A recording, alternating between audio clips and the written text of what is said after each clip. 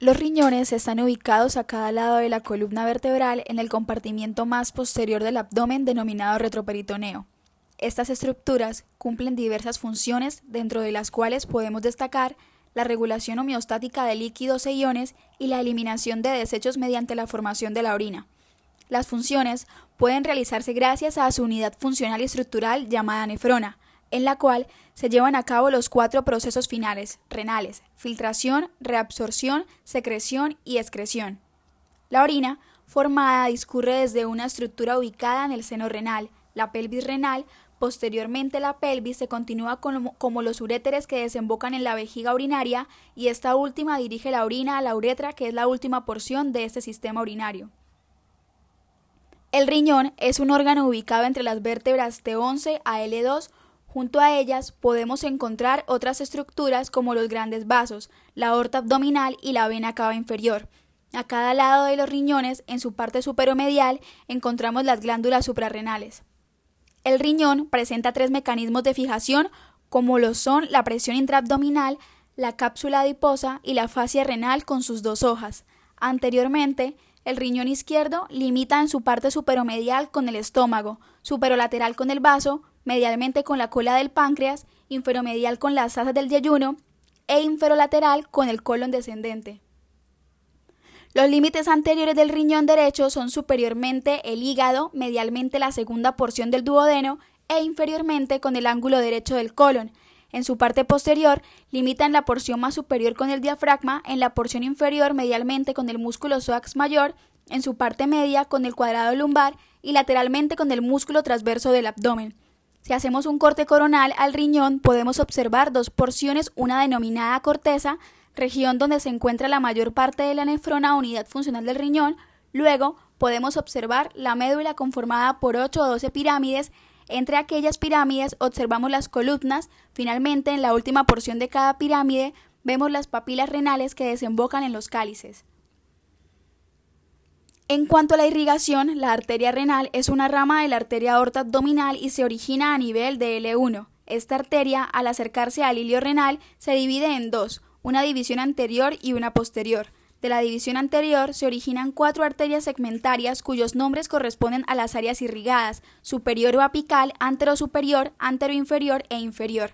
De las segmentarias se derivan las arterias lobales, luego las arqueadas, que irrigan la porción entre corteza y médula, y finalmente las interlobulillares, que se proyectan perpendicularmente hacia la corteza.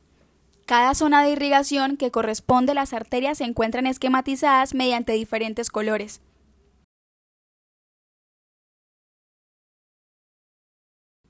En la imagen inicial se muestra la cara anterior del riñón izquierdo.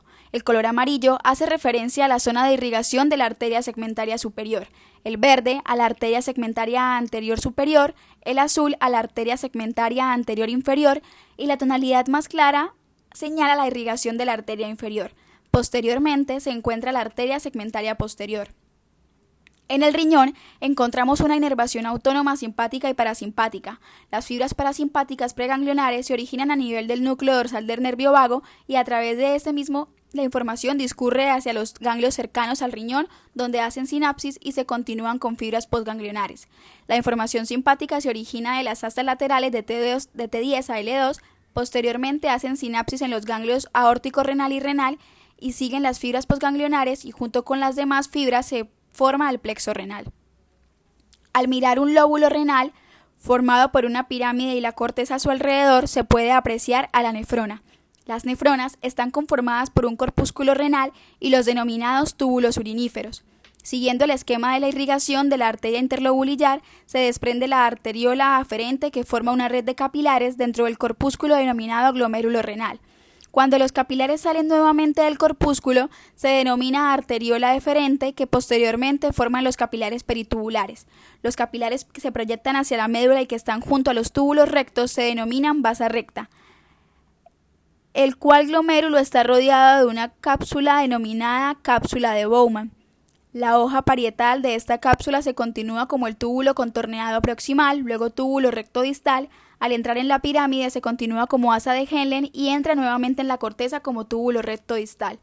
En la corteza sigue el túbulo contorneado distal, del cual cabe resaltar un conglomerado de células en la porción cercana a la arteriola aferente, llamada mácula densa, que junto con las células mesangiales extraglomerulares y las células justaglomerulares forman el aparato justaglomerular. El drenaje está dado por las venas de menor calibre que acompañan a las arterias y reciben el mismo nombre. Finalmente, drenan a la vena renal y esta a la vena cava inferior.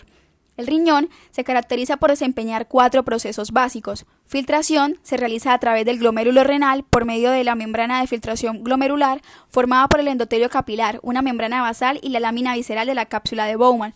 Reabsorción, que se refiere al paso de sustancias desde la luz tubular hacia los capilares, es decir, la sangre, y se hace mediante transporte activo o pasivo.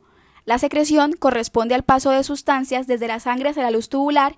La excreción es el mecanismo por el cual se eliminan las sustancias de desecho, algunos medicamentos, metabolitos e iones mediante la formación de la orina.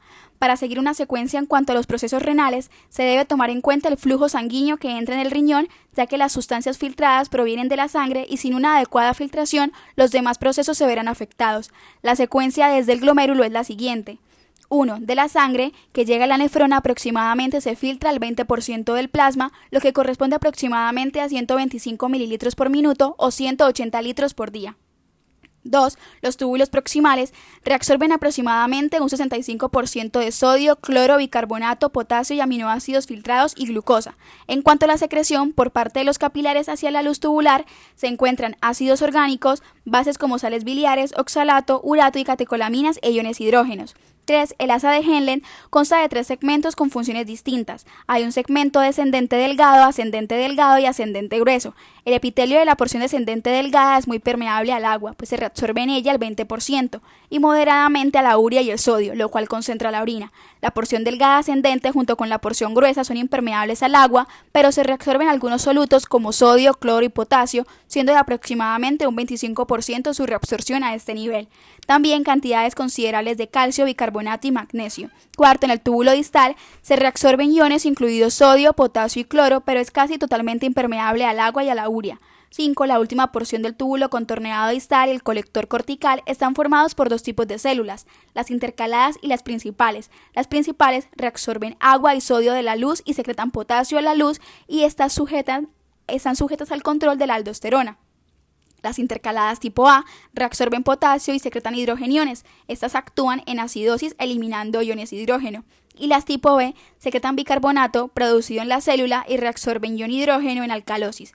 La permeabilidad al agua está mediada por la ADH y la reabsorción en este segmento corresponde a un 10% del agua y del sodio. 6. Las sustancias de desecho junto con los iones y agua no reabsorbidos más las sustancias secretadas son excretados hacia los cálices menores y posteriormente las vías urinarias. De esta manera se da lugar a la formación de la orina.